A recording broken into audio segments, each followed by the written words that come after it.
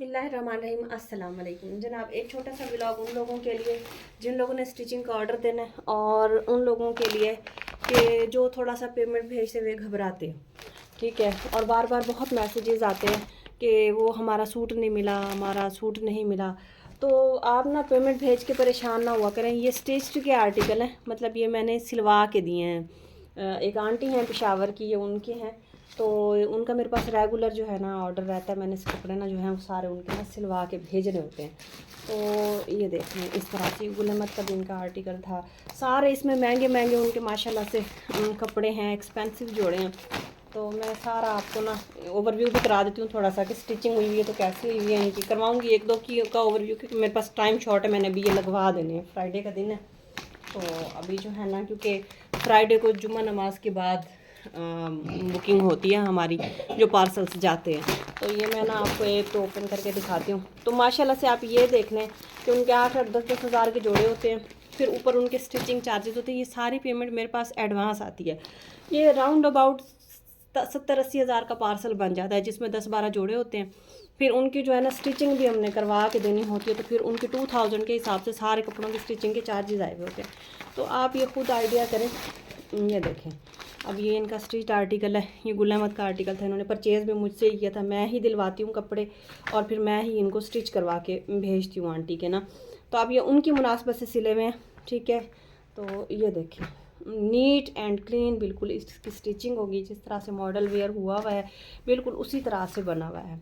ठीक है, तो ये ज़ाहिर है आंटी का है तो उनकी अपनी चॉइस के मुताबिक और उनकी उसी तरह से डिटेलिंग हुई हुई है जिस तरह के वो लाइक करती हैं। और उनकी होती भी बेल्ट वाली शलवारें हैं।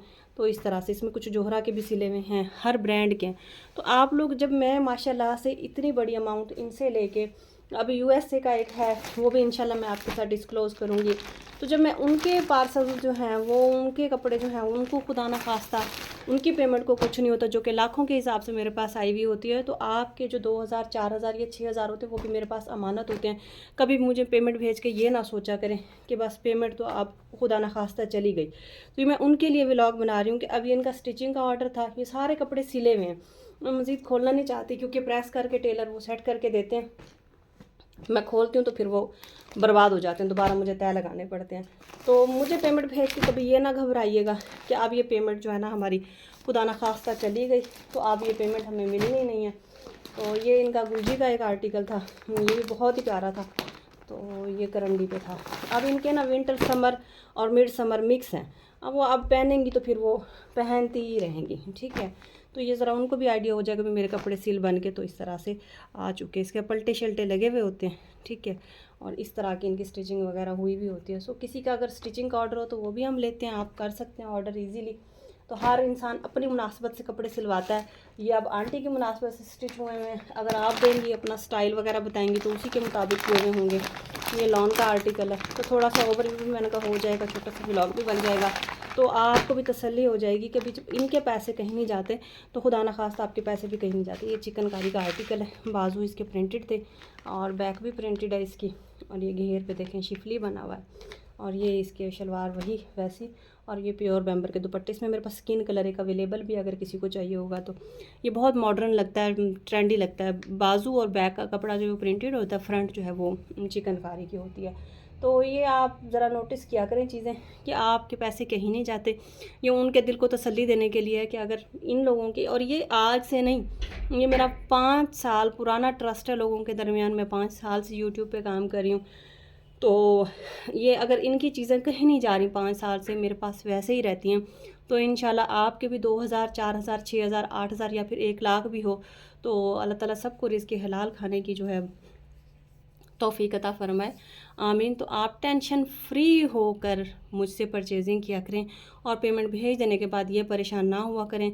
कभी कभी पार्सल कंपनी हैंड से लेट तो हो जाता है लेकिन आपको मिलेगा ज़रूर। आप ये ना परेशानी लिया करें कि खुदा ना खास्ता पैसे हमारे डूब गए। तो यहाँ हम कोई स्कैम करने के लिए नहीं बैठे, हम खुद मेहनत करते हैं। इतने आप सोचे कपड़ा दिखाया जाता है, खुलता है, फिर वो तय लगता है, फिर उसकी वीडियो बनती है, फिर वो डिस्पैचिंग होती है उसकी, ये सारी चीज़ें प्रोसेस होता है। फिर उसके बाद भी हम पूरा अपने कस्टमर के साथ रहते हैं, पार्सल कहाँ पहुँचा कहाँ नहीं पहुँचा, आज मिलेगा कल मिलेगा, फिर उसके बाद आपको भी अपडेट करते रहते हैं। तो इन चीज़ों में ना सारे प्रोसेस में हमारी बहुत मेहनत खर्च हो रही होती है। तो काइंडली आप भी हमारे साथ कोऑपरेट किया करें। तो एक लेडी हैं, उनको मैंने कल परसों 2-4 दिन हो गए पार्सल भेजा, उनको पार्सल मिला भी टाइम पे है। हालांकि हफ्ते को मुझसे बुकिंग कर रही हैं और मंडे को पार्सल नहीं मिला, ट्यूसडे को मिला। उन्होंने पार्सल भी रिसीव कर लिया, उसके बाद बोली मुझे पार्सल नहीं मिला। जब मैंने कहा कंपनी जो है ना वहाँ से, तो मुझे यही मैसेज आ रहा कि पार्सल आपको रिसीव हो गया। कह रही है 1 दिन पार्सल लेट क्यों हुआ? वो लाहौर की थी। अगर ये पार्सल जो है ना मैंने आपको, मुझे बहुत उन्होंने परेशान किया, मुझे पार्सल नहीं मिला, मुझे पार्सल नहीं मिला। तो जब मैंने कंपनी फ़ोन किया, उन्होंने कहा मिल गया, राइडर दोबारा भेज देते हैं ना उनके दरवाजे पे। जब मैंने कहा भी राइडर आ जाते हैं तो वो आपसे कंफर्म करते हैं कि आपके किसी घर के किसी और बंदे ना रिसीव कर लिया हो। आगे से कह रही वो तो मैं आपको जलील करी थी क्योंकि मुझे 1 दिन क्यों वेट करना पड़ा है। जी कंपनी खुद कहती है वर्किंग 3 to 4 डेज़, जबकि आपको 1 दिन में पार्सल मिल रहा है, संडे को छुट्टी होती है। उसके बावजूद आप इस तरह से बैठ के परेशान करेंगी तो वही बात है औरत की दुश्मन। तो ऐसी हरकतें ना किया करें, इससे आपका अपना ही नुकसान है, सामने वाले को भी परेशान करना और ख़ुद भी परेशान होना। तो फिर ज़ाहिर है हम भी इतनी एफ़र्ट करें तो हमें भी ऐसे लोगों को कोई चीज़ बेचने का कोई शौक़ नहीं रहता। तो मैंने भी उन्हें कहा कि आप चली जाएं, आज के बाद मुझसे परचेजिंग आप कम अज़ कम ना कीजिएगा कि आप ज़हनी मरीज़ कर दें बेचने वाले को, क्योंकि और भी लोग होते हैं। मेरे पास सिर्फ व्हाट्सएप पे 4000 लोग हैं, तो मैंने उनको भी देखना होता है। तो ज़ाहिर है एक इंसान के लिए इंसान 24 घंटे पाबंद होकर बैठ तो नहीं सकता कि मैसेज आए तो फ़ौरन उसका खोल के देखो। आप मसरूफ़ हैं तो मेरे मैसेज का जवाब क्यों नहीं दिया आपने, मेरी कॉल का रिप्लाई क्यों नहीं किया आपने, मेरा पार्सल जो है वो 1 दिन लेट क्यों हो गया। ये चीज़ें जो है ना, क्योंकि हम खुद आपको आके पार्सल नहीं दे सकते, तो इनको जो है ना अपने जहन में रख के परचेजिंग कीजिएगा कि पार्सल 2-4 दिन लेट हो सकता है। जज़ाकल्लाह, बहुत शुक्रिया जी। अल्लाह हाफ़िज़।